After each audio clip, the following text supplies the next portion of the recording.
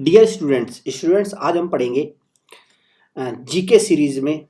GK series है इसमें हम क्वेश्चंस करेंगे जीके के एमसीक्यू। हाँ बच्चों, ये 300 की बेस्ट सीरीज है हमारी। 300 क्वेश्चन में लेके आऊँगा। और किसके लिए? ऑल इंडिया सैनिक स्कूल एंट्रेंस एग्जामिनेशन। क्लियर? ये इसके लिए है 2021 वाला जो पेपर हो रहा है उसके लिए 10 जनवरी का जो पेपर है। तो इसमें 300 क्वेश्चन रहेंगे। मैं आशा करता हूँ कि मैं मैक्सिमम क्वेश्चन इसमें कवर करने की कोशिश करूँगा।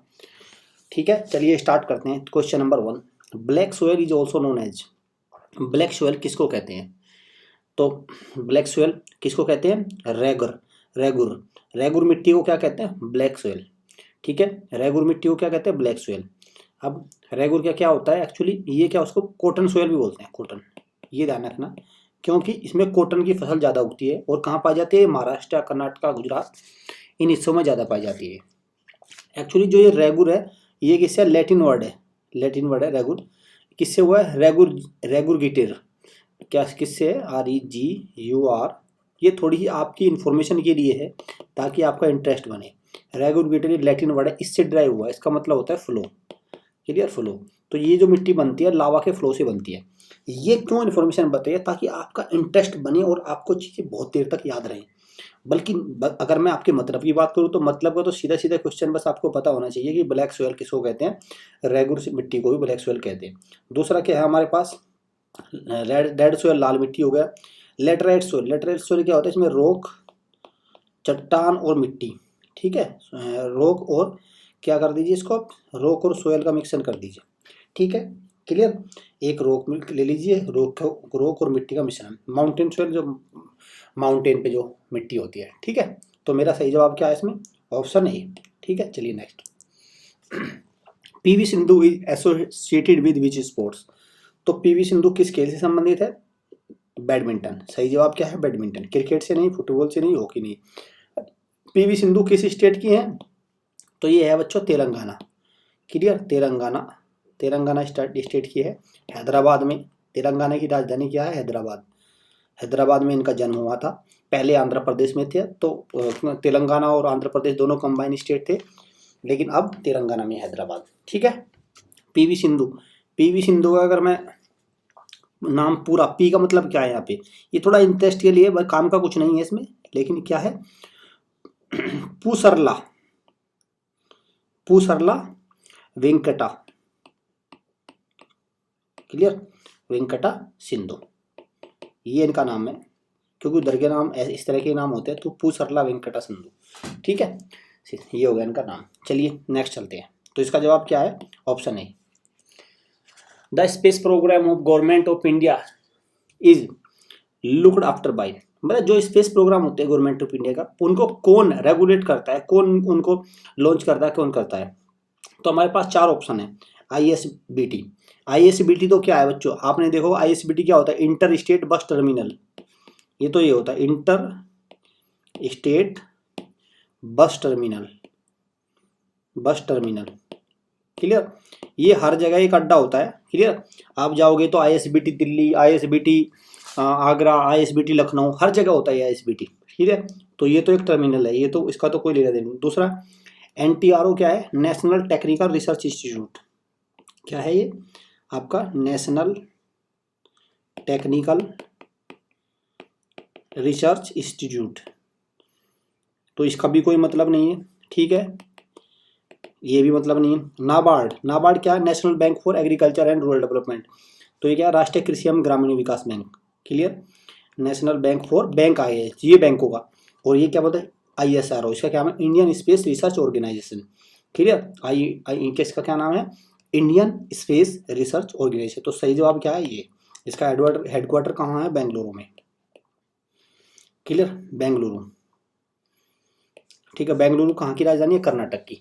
ठीक है, तो ये इन्फॉर्मेशन भी आपको पता होना चाहिए। ठीक है, तो सही जवाब क्या हुआ? इसरो। अब आइए question number 4, Bhakra Nangal project is built on the river. Bhakra Nangal dam है। ठीक है, भाखरा नांगल डैम है, ये किस नदी पर बना हुआ है? तो किस नदी पर बना हुआ है? सही जवाब क्या है? सतलुज नदी पर बना हुआ है। बस सीधा सीधा क्वेश्चन आपको पता होना चाहिए। ठीक है, ये किस नदी पर बना हुआ है? सतलुज नदी पर। और भाखड़ा नगर कहाँ है? भाखड़ा नगर किस उसमें है? हिमाचल प्रदेश, हिमाचल प्रदेश में है, हिमाचल प्रदेश के बिलासपुर डिस्ट्रिक्ट में है। ठीक है, बस क्लियर। नेक्स्ट चलिए, who is known as iron man of India, किसको लौह पुरुष के नाम से जाना जाता है? तो लौह पुरुष को किसको जाना जाता है लौह पुरुष के नाम से? सरदार वल्लभ भाई पटेल। क्लियर, सरदार वल्लभ भाई पटेल को क्या जानते हैं? लौह पुरुष के नाम से। जिनका जन्मदिन कब मनाया जाता है? 31 अक्टूबर। ठीक है, क्लियर। नेशनल यूनिटी डे भी बनाते हैं इसको, नेशनल यूनिटी डे, क्लियर, के रूप में भी इनके जन्मदिन को मनाते हैं। और कौन थे ये? भारत के पहले home minister, clear, home minister थे पहले भारत के। एक बात, दूसरी क्या बात है, ये पहले भारत के डेपुटी प्राइम मिनिस्टर भी थे। ठीक है, पहले जब आज़ाद हुआ था भारत, तब जो पहली बार प्रधानमंत्री बने थे पंडित जवाहरलाल नेहरू, तब डेप्यूटी प्राइम मिनिस्टर का भी पद होता था, अब तो नहीं है। तो ये पहले डेप्यूटी प्राइम मिनिस्टर भी थे। 1947 में जब भारत और पाकिस्तान का बंटवारा हुआ, तब इन्होंने भारत में जो बहुत सारे अलग राज्य थे उनको भारत में एक किया, एकीकरण का काम किया, इसलिए इनको लौह पुरुष के नाम से भी जाना जाता है। ठीक है, चलिए, एकता पुरुष, लौह पुरुष। ठीक है, चलिए नेक्स्ट करिए। The longest river in south India, ध्यान से रखना बच्चों, क्वेश्चन को बहुत ध्यान से पढ़ना है। अगर लॉन्गेस्ट रिवर इंडिया आ जाए तो क्या लगाएंगे आप? गंगा। ठीक है, भारत की सबसे लंबी नदी कौन सी है? गंगा। लेकिन अगर आपसे पूछा जाए कि लॉन्गेस्ट रिवर साउथ इंडिया की कौन सी है, तो साउथ इंडिया की कौन सी हो जाएगी बच्चों?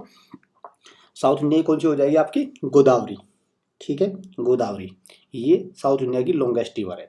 और अब ये कहाँ से निकलती है? ये निकलती है नासिक में। नासिक कहाँ है? नासिक है महाराष्ट्र। ठीक है, महाराष्ट्र में त्र्यंबकेश्वर जगह है। क्या है बच्चों? त्र्यंबकेश्वर,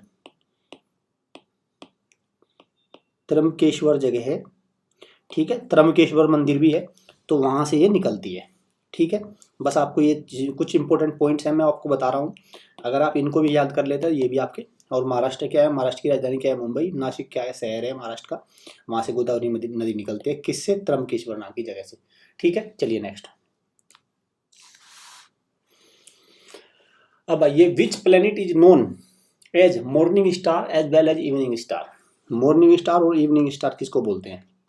ठीक है, सन निकलता है, सन के साथ जब ये सन मॉर्निंग में निकलता है तब भी स्टार दिखाई देता है, और जब सन सेट होता है तब भी स्टार दिखाई देता है, इसलिए इसको मॉर्निंग और इवनिंग स्टार बोलते हैं। ठीक है, तो कौन सा है मेरा? ऑप्शन सी, ऑप्शन सी।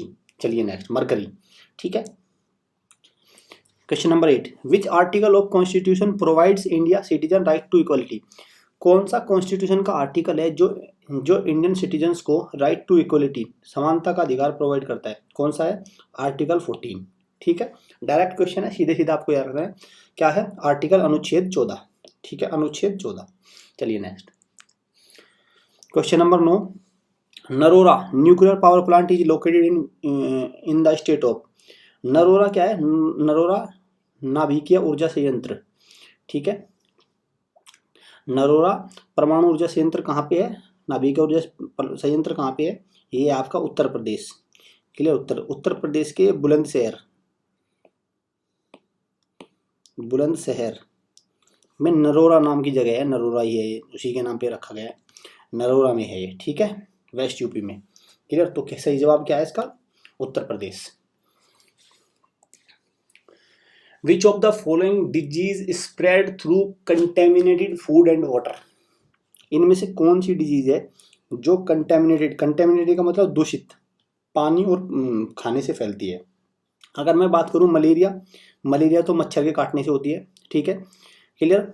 फीमेल एक मॉस्किटो होता है, वो एक पैरासाइट लेके, प्लाज्मोडियम पैरासाइट, वो डिटेल हो जाएगी बहुत, मैं आपको बताऊं। सिर्फ आपको रखना है कि मच्छर के काटने से होती है। ठीक है, डेंगू भी एक मच्छर के काटने से होती है। अगर मैं फिलेरिया की बात करूं तो ये एक माइक्रोस्कोपिक थ्रेड लाइक माइक्रोस्कोपिक